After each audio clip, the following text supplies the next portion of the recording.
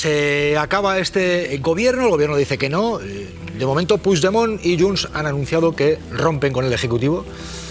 A mí, en mi opinión, y a la espera de mayores informaciones y mayor recorrido político, yo creo que lo que ha anunciado el señor Puigdemont, que los que están rotos son ellos, y que el proceso que iniciaron ya hace unos años está en clarísima descomposición. Esto es una llamada de atención para ver si recuperan algún foco, alguna conversación política en Cataluña fundamentalmente, porque en el resto del Estado la tienen totalmente rota y, como se dice en mi tierra, esto es un nuevo taponazo que acabará en su rapa. Y el que tiene que estar contento hoy es Pedro Sánchez, porque esto anula un poco también el discurso de una parte de la derecha convencional, porque dice, bueno, si estaban tan unidos y Puigdemont tenía tan agarrado al Partido Socialista, ¿ahora qué pasa, no? ¿Ahora qué va a hacer Puigdemont? Bueno, yo creo que, vuelvo a insistir, el que quiera leer con profundidad, que lea, porque creo que va a acertar que quien está roto es Junts. Bueno. El Parlamento. García Page advierte de que esto es un laberinto que no tiene salida. Es un laberinto para él, porque el que no tiene salida es él. No tiene salida del lugar en el que se ha puesto. O sea, se ha puesto desde hace mucho tiempo, desde mucho antes que incluso surgieran los pactos de investidura. Cuando ya olía a investidura, porque la política también huele. Cuando ya se olía a investidura, ya estaba Page con el tornillo haciendo el agujero al que se ha referido antes Emilio. ¿Por qué? Porque hay una parte que todavía resiste dentro del Partido Socialista, que no obedece a la corriente dominante actualmente en el Partido Socialista y en el socialismo general en España, representado por mucha gente joven hoy dentro del Partido Socialista, y este hombre lo que hace es de minar constantemente cualquier intento. El que no tiene salida es él. No, porque él mismo se ha incluido en un laberinto del que solamente podrá salir si en las próximas elecciones es capaz. Si, por ejemplo, quiere dar una muestra, que yo sepa, tiene mayoría absoluta. Una muestra de valentía política, de presentarse en su tierra sin las siglas del Partido Socialista, porque si el Partido Socialista está tan mal, una persona no debería de presentarse con esas siglas. De Junts, no, sobre todo me acojo a la última parte de la frase que acabo de escuchar. Este gobierno no ayuda a Cataluña. Este señor no se acaba de enterar, ni por lo visto la mayoría de la comunidad periodística de este país, Puigdemont, que quien gobierna en Cataluña es el Partido Socialista de Cataluña, porque los catalanes lo han querido. Entonces él habla como si fuera el presidente de la Generalitat, diciendo es que el gobierno no nos ayuda. Mire usted es un partido político que está en un acuerdo de investidura como parte del Parlamento de España, pero solamente eso, atribuirse otro poder que no tiene en Cataluña no le corresponde. Por supuesto que él es muy dueño de enjaretar el discurso que considera oportuno, pero que quede claro que hoy por hoy quien gobierna en Cataluña es el Partido Socialista de Cataluña y, por cierto, parece que a Cataluña le va mejor que con Puigdemont. Javier Aroca. No, yo estoy de acuerdo con Fernando en señalar la contradicción sobre que yo afirme que está bien hecho lo que hace la señora Guardiola e inmediatamente poner en el tablero lo que debería de hacer, según ustedes, el presidente Sánchez.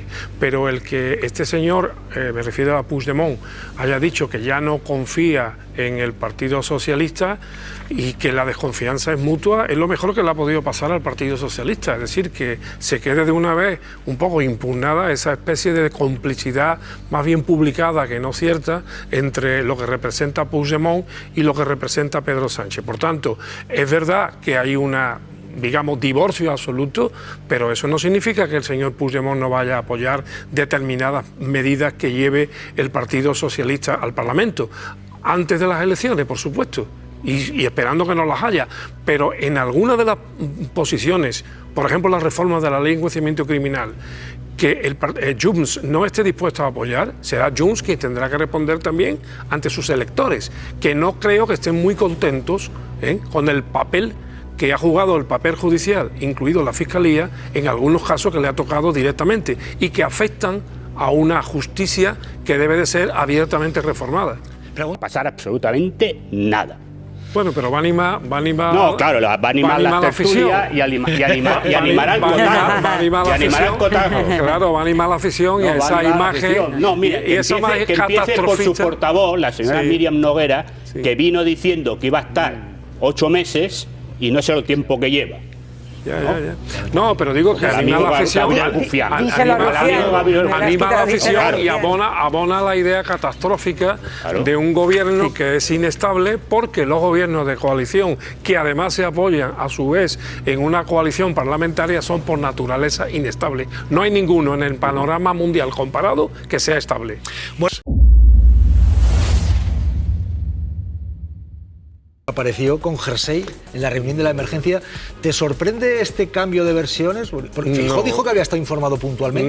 No me sorprende ninguna posición que adopte en el futuro, porque habrá otras nuevas, ni las que ha adoptado hasta ahora el señor Masson para exculparse de todo lo que aconteció en aquellos días aciagos para el País Valenciano. Lo que me sorprende es que en cada momento, en cada sesgo, en cada posición cambiada que ha hecho el señor Masson, que en todas las apoye Feijóo. Eso sí que me sorprende, porque podríamos decir, bueno, mire usted, en aquella que pareció verdad estuvo Feijóo, pero luego otra que parecía menos verdad, Feijóo dio un paso atrás. No.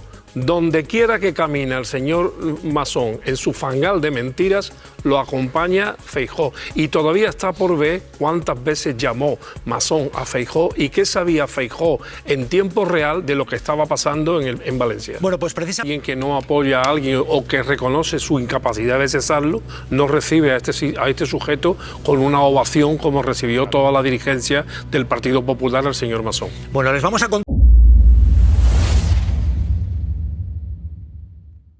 Sánchez va a tener que ponerse al día rápido, porque la próxima vez que comparezca ante sus militantes o ante la opinión pública, aparte de cribados, va a tener que decir más cosas. Porque lo que ha ocurrido en Andalucía no solamente es un fallo en un sistema de cribados, sino en la quiebra de todo el sistema, de todo el Servicio Andaluz de la Salud. Lo que ha ocurrido es que ha craqueado o ha estallado una política que tenía como fundamento la privatización acelerada de la sanidad pública y un desgaste para que la gente acude a la privada, como se puede observar, por cierto, en esos resúmenes de presupuesto que mandan algunos amigos en la Corte. Lo que está ocurriendo es un verdadero escándalo, pero es que ya no es solamente que no asuman sus responsabilidades, sino que atacan a las protagonistas. Yo estuve allí en la manifestación. En la manifestación lo que hubo miles y miles de mujeres y también de hombres clamando justicia y clamando claridad y clamando transparencia. Allí no se estaba pidiendo otra cosa. Y responsabilidad, por supuesto. La respuesta del PP, ¿cuál es? Primero, acusar de politización. Segundo, acusar a las propias víctimas. Tercera, quitarle importancia a lo que está ocurriendo. Ustedes no estáis acostumbrados a escuchar las voces de estos protagonistas. Me refiero a Bonilla y me refiero a Sanz. Si estuvierais acostumbrados a escucharlo y lo escucharais estos últimos días, veréis hasta qué punto tienen la voz temblorosa y cascada. El temblor y el cascado del miedo, el miedo a que se esté descubriendo lo que está haciendo el Partido Popular en la sanidad pública de Andalucía. Va a responder a las asociaciones de pacientes e intentar solucionar lo antes posible un problema que exige humanidad. Pero si es que basta con escuchar la cronología de lo que ha ocurrido. Primero, si esta casa no llega a reforzar comunicativamente todo lo que estaba ocurriendo y las pocas noticias que llegaban a Andalucía, la mayoría de la gente ni nos hubiéramos enterado, ni se hubieran enterado las propias perjudicadas en Andalucía. Eso es lo primero. Segundo, desde que se tuvo noticia la primera, lejos de primero pedir perdón, luego asegurar que se iba a investigar y aclarar el asunto. Se dijo primero que eran 3, después que eran no sé cuánto, después la ansiedad, después no sé qué, no sé cuánto, y lo último, que la culpa la tienen las mujeres. Decir, como ha dicho el presidente del gobierno, el señor Bonilla, lo que acaba de decir, es no tener ni sensibilidad ni vergüenza, porque meterse ayer, como estuvimos algunos, en el meollo de aquella enorme aglomeración de mujeres y decir que esas mujeres son unas sectarias, no ha dicho eso. Eso es sectarismo. Se ha desarrollado todo el mundo. Ha dicho sectarismo. Allí estaban todas y vestidas de rosa, y algunas ya sin pechos. Y estaban allí dando el callo. Y no son sectarias, son mujeres defendiendo la vida y defendiendo la salud pública de todas las andaluzas y de los andaluces. De sectario, nada. De afrontar también la política, y es con un contador. O sea, tú te pones con un contador y con un fonómetro, como se llama eso, a ver cuántos gritos se dan y a ver cuánta gente hay. Han perdido el norte. O sea, no saben lo que está pasando en Andalucía, o sí lo saben, lo que pasa es que están jodidos porque se está conociendo, pero no escuchan a las mujeres, no escuchan la calle, no escuchan a la mayoría de la gente que está opinando. Por cierto, se esconden detrás de los sanitarios, cuando los mismos profesionales de la salud están denunciando lo que pasa, y una a una, todas las mujeres de Andalucía, estén asociadas en Amama o no, irán diciendo lo que ha ocurrido. Y algunos tenemos noticias directas y familiares de lo que está ocurriendo en Andalucía. Y todo el que se reaccione como este señor, como mínimo, está perdiendo el oremus. Por no decir otra cosa. A la calle hay que escuchar. Pero hay algo más, Villarroya. Claro. Si tú dices que lo estás haciendo todo, como sostiene nuestro compañero, ¿por qué van esas unidades móviles privatizadas en la puerta de vecinos? Tú explícame todo lo que tú quieras, pero el que lo tiene que explicar es Bonilla. El que lo tiene que explicar es Bonilla. Y por cierto, ese sistema que está diciendo ninguna empresa pública de Andalucía está en Japón. Ninguna. Ni siquiera en Corea, que tiene una población de origen japonesa muy importante. Es decir, esto es una empresa privada de Japón y punto. Esto no tiene otra cosa. Y por cierto, en la manifestación en la que estuve, a título personal, por supuesto, e individual, había muchísimas mujeres, muchísimas, miles, y allí no había ningún sectarismo. Allí había mujeres peleando por sus derechos y pidiendo justicia y pidiendo responsabilidad. Y lo que han dicho tanto el presidente Bonilla como muchos de sus consejeros y responsables no tiene nada que ver con la dignidad que hubo allí a raudales. Los que se portaron de manera indigna fueron los que han reaccionado por esta concentración y los que han limitado a contar, como si estuvieran contando palomos o si estuvieran contando pájaros. No se estaba. Allí lo que había que contar era dignidad y responsabilidad. Y por cierto, muchas mujeres de allí, lo tengo que decir, porque me comentaron muchos casos individuales que irán saliendo, y hombres también, en otras ramas de la oncología. Y también me dijeron, por cierto, yo no lo he podido comprobar, que hubo obstáculos importantísimos en el transporte público, tanto en el metro como en el Servicio Municipal de Transporte de Sevilla, para que la gente pudiera acudir a la manifestación. De manera que eso que dice este hombre que ha hablado antes, de que iba la gente de los pueblos, hombre, la gente de los pueblos, claro que van. Es que la sede de la presidencia del gobierno de Andalucía está en Sevilla, no está en la Luisiana, ni está en Tribujena, ni está en Alcalá del Valle. Lo digo porque hablé con personas de estos tres pueblos. El sectarismo de Bonilla, digo para que quede claro, porque creo que nadie ha forzado a los trabajadores de esta casa para seleccionar a la gente. No, han hablado a la gente que estaban allí, y a esto es lo que llama Bonilla sectarismo. No ha hablado de un ejemplo, dos segundos. Solo un ejemplo de lo que acaba de decir este señor sobre la manera de la ciudadanía de acudir a la manifestación, ¿no? Que la ha ninguneado diciendo que la gente venía de los pueblos y dice, buenas tardes, una sola, puedo leer, tengo todo el móvil lleno desde hace un rato. Buenas tardes. Ayer fue imposible coger el autobús desde la Macarena hasta el Prado, que está al lado del Palacio de San Telmo, entre las 11:15 y las 12:30. No pasaban, y cuando llegaba alguno, no recogían al personal de las paradas por ir absolutamente lleno. Tuve que ir andando y sumarme a la manifestación, aunque tarde. Esto pasó durante toda la mañana en la ciudad de Sevilla, en el transporte público y en el metro. Y alguien tiene la responsabilidad de esto también. ¿Algo querías añadir? No, eso, que mientras que estaban allí las mujeres de Andalucía en pie, con muchos hombres también, no vayáis a creeros que fue la noticia estrella en la televisión pública de Andalucía. Estaban en otros menesteres, taurinos, por cierto. Lo digo para que quede claro también que si esto no llega a saltar de Despeñaperro, seguiríamos allí nosotros lamiéndonos nuestras propias heridas, como llevamos ya bastantes años, víctimas de un periodismo de regadío.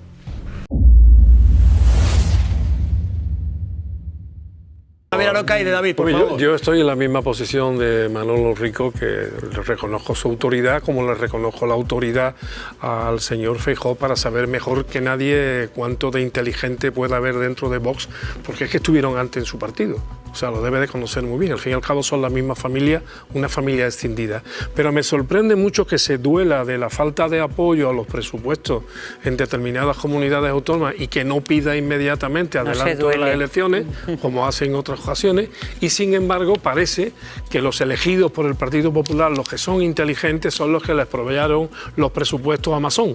Que volvemos otra vez a lo mismo. A lo mejor por eso es tan masonero el señor Feijóo, porque con masón funciona todo como la seda, porque incluso consigue que los apoye Vox. Es mucho más simple, yo creo que esto es mucho más sencillo y Feijóo lo que está haciendo es un discurso pensando en la competitividad y la competencia electoral dentro de un mismo espacio que es la derecha. Lo vimos en su momento con el PSOE y Podemos y lo vemos ahora con el Partido Popular y Vox. Hace un mensaje, un alegato al votante que se ha ido del Partido Popular y se ha podido echar en brazos de Vox de, como tú bien decías, devuelve a tu casa original, esta es la derecha tradicional, conservadora, liberal, como queramos llamarla, pero es de manual. Es pura inteligente del PP, obviamente, pues según el señor Feijóo, donde hay gente inteligente es dentro del PP. Y parece que los que no eran inteligentes fueron los que se fueron a Vox. Eso es lo que yo saco en conclusión. Pero menos los de Valencia. Menos los de Valencia. Muera la inteligencia, ¿no? Sí, claro. Muera la inteligencia, desde que le dijeron a... Nos acordamos todos. Nos acordamos todos porque el protagonista hizo mucho daño a la democracia y a la vida de los españoles y por supuesto a la inteligencia, que es la primera víctima de todo régimen autoritario. Ojo. Algo que no tiene autorización, se entra y se disuelve. Y digamos que ya de suyo, la policía, si hay un acto violento, puede intervenir. Pero si no lo hay, si no hay violencia, es el rector el que tiene que decir, disuélvanme a esta gente que no hay autorización. No sé si sabéis, porque a lo mejor la noticia no llega más arriba de Despeñaperro, que el rector de la Pablo Olavide ha sido amenazado por la extrema derecha. Universidad de Sevilla. Universidad Pablo Olavide de Sevilla, que hay varias. La Pablo Olavide, donde ha estado este sujeto, que por cierto, todas son universidades públicas. Con la cantidad de universidades privadas que hay en el Estado español, van a las públicas. Hay una cosa en la que soy feliz y otra en la que soy infeliz.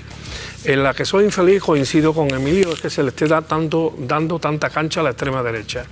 En la feliz es que esto está rompiendo el paradigma de que dice que los jóvenes son de extrema derecha. Mienten. La mayoría de la gente que se ve en todas estas concentraciones son gente demócrata que están defendiendo los intereses de la democracia en la universidad. Y ya por último, si me siento permite, contigo, Javier, por desgracia. Y ya por último decirte que espero, porque en las universidades desgraciadamente hay de todo, que esto no le valga a este muchacho para aprobar ninguna asignatura, ni que le convaliden ninguna, ni que le den un título, porque no vaya a ser que esta sea la manera que tengan de ir a la universidad los que luego aparecen en los papeles que no tienen ni título, ni tienen estudios, ni tienen nada, sino que son unos parásitos de la vida pública en España. Bueno, dicho esto...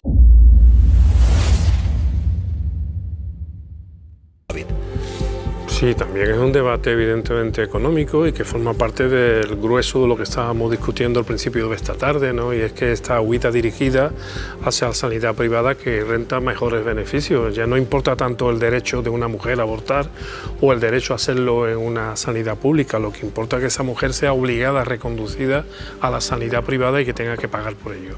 Y bien expulsándola de Madrid o bien yendo a clínicas donde abiertamente incluso algunos médicos que hacen objeción de conciencia en la pública luego están trabajando en la privada. Yo creo que esto es un escándalo que tiene como objetivo una vez más engordar las arcas de las grandes multinacionales de la sanidad y en este caso multinacionales del dolor de las mujeres. No estoy de acuerdo, yo creo que sí que hay un componente pero no, que es complementario a lo que estás diciendo. Creo que hay un debate que es ideológico en el seno de una formación de centro derecha. ¿Y por qué se van a Londres si son tan cristianos?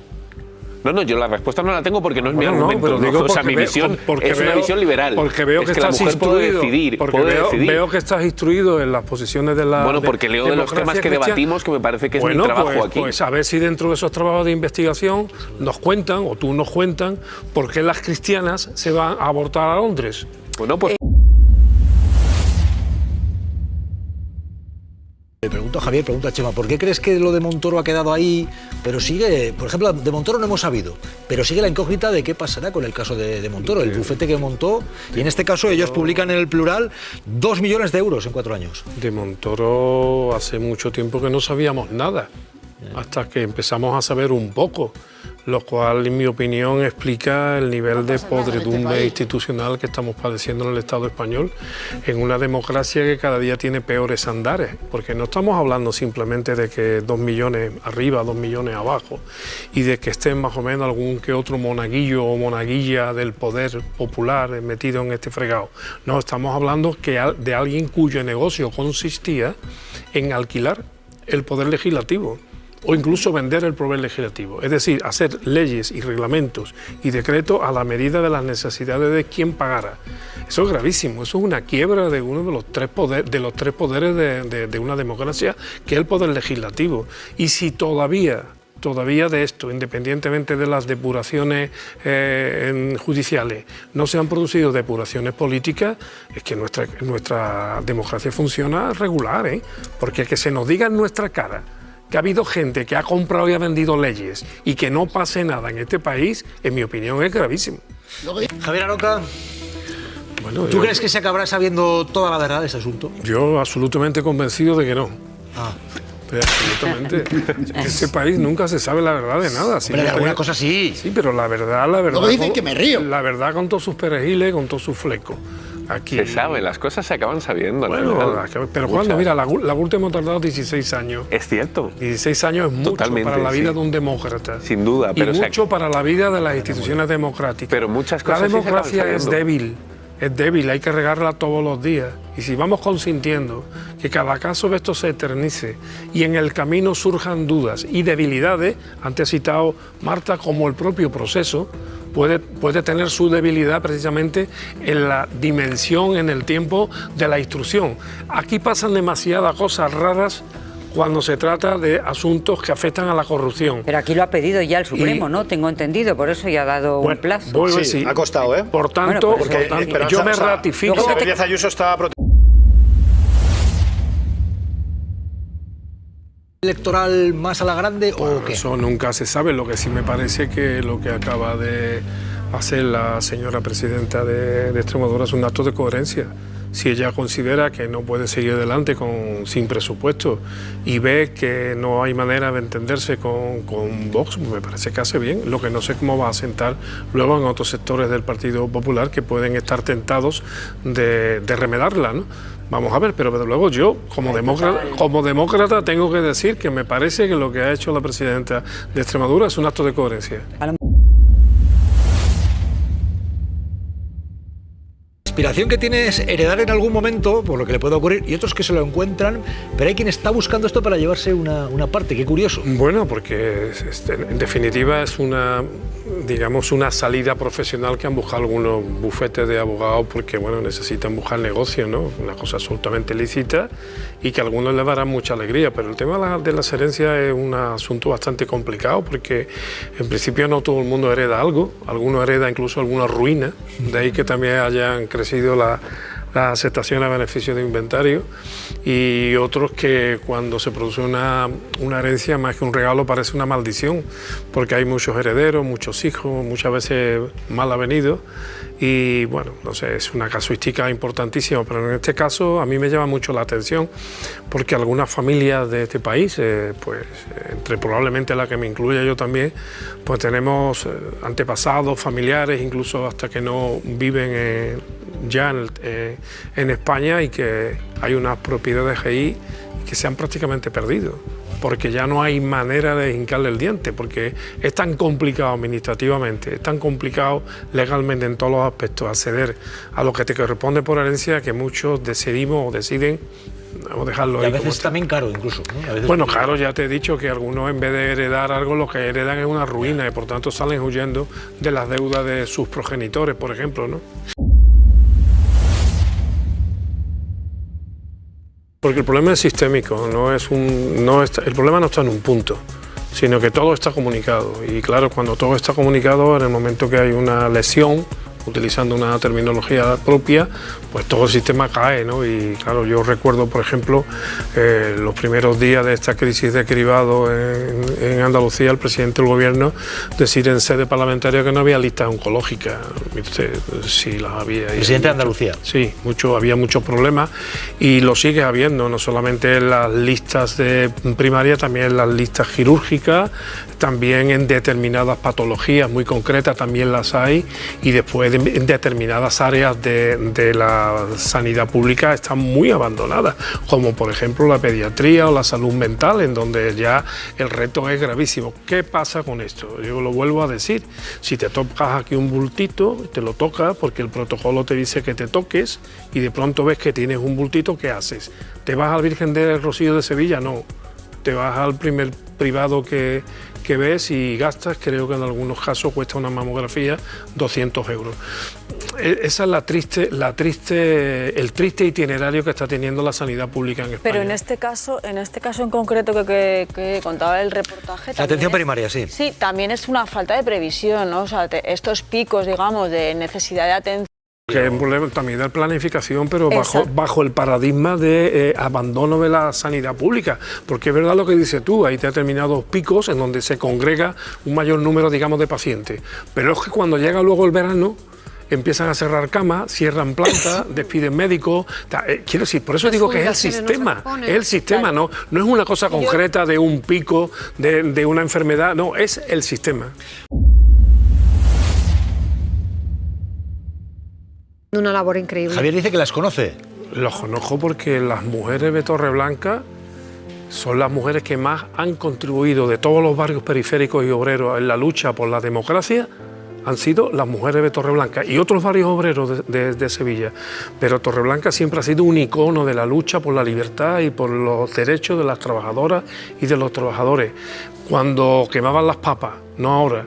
¿Y ahora qué ocurre? La democracia liberal pierde luego el alma en los barrios obreros, los abandonan. Y el caso de Torreblanca sería otro más, serían Los Pajaritos o otros barrios obreros de Sevilla. Y es una vergüenza, por tanto, mi reconocimiento y mi admiración por ellas, porque son las hijas, las tías, las hermanas de todas las mujeres de Torreblanca que dieron la cara por la democracia y que luego la democracia las ha abandonado.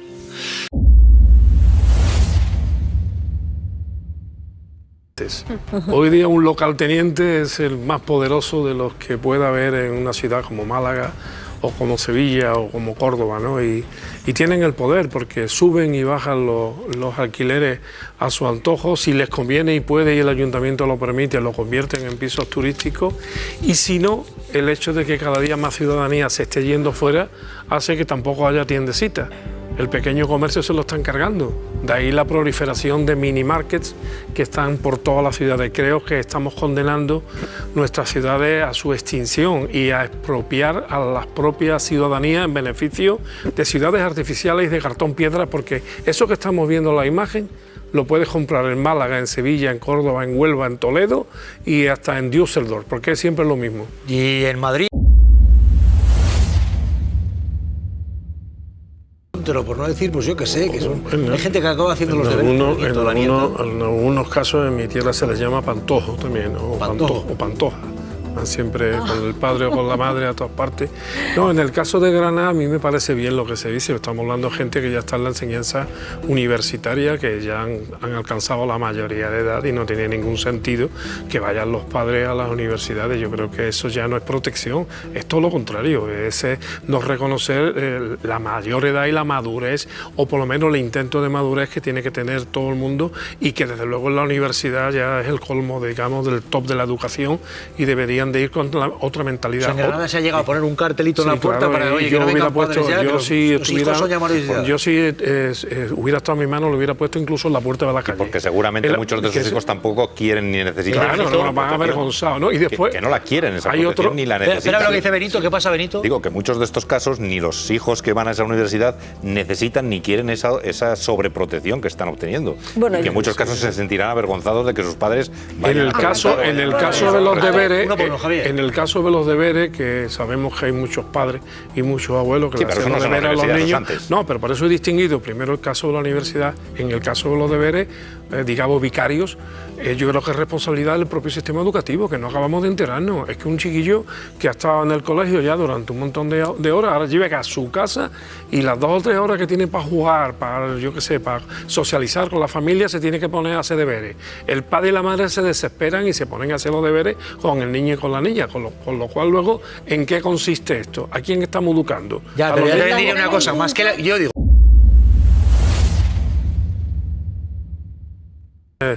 Es terrible como para hacer esto, por ejemplo. Es bastante peor que la condición humana, que no dejamos de ser un animal más, pero que a veces tenemos menos humanidad que muchos animales. Yo creo que una sociedad que no se distinga por el cuidado de los animales y de tratarlos civilizadamente es una sociedad en quiebra. Me encanta además porque el Seprona es un servicio que trabaja muy bien en esto y que conviene felicitarlo, que no nos creamos que no hay especialistas y gente con humanidad, y en este caso en el cuerpo de la Guardia Civil.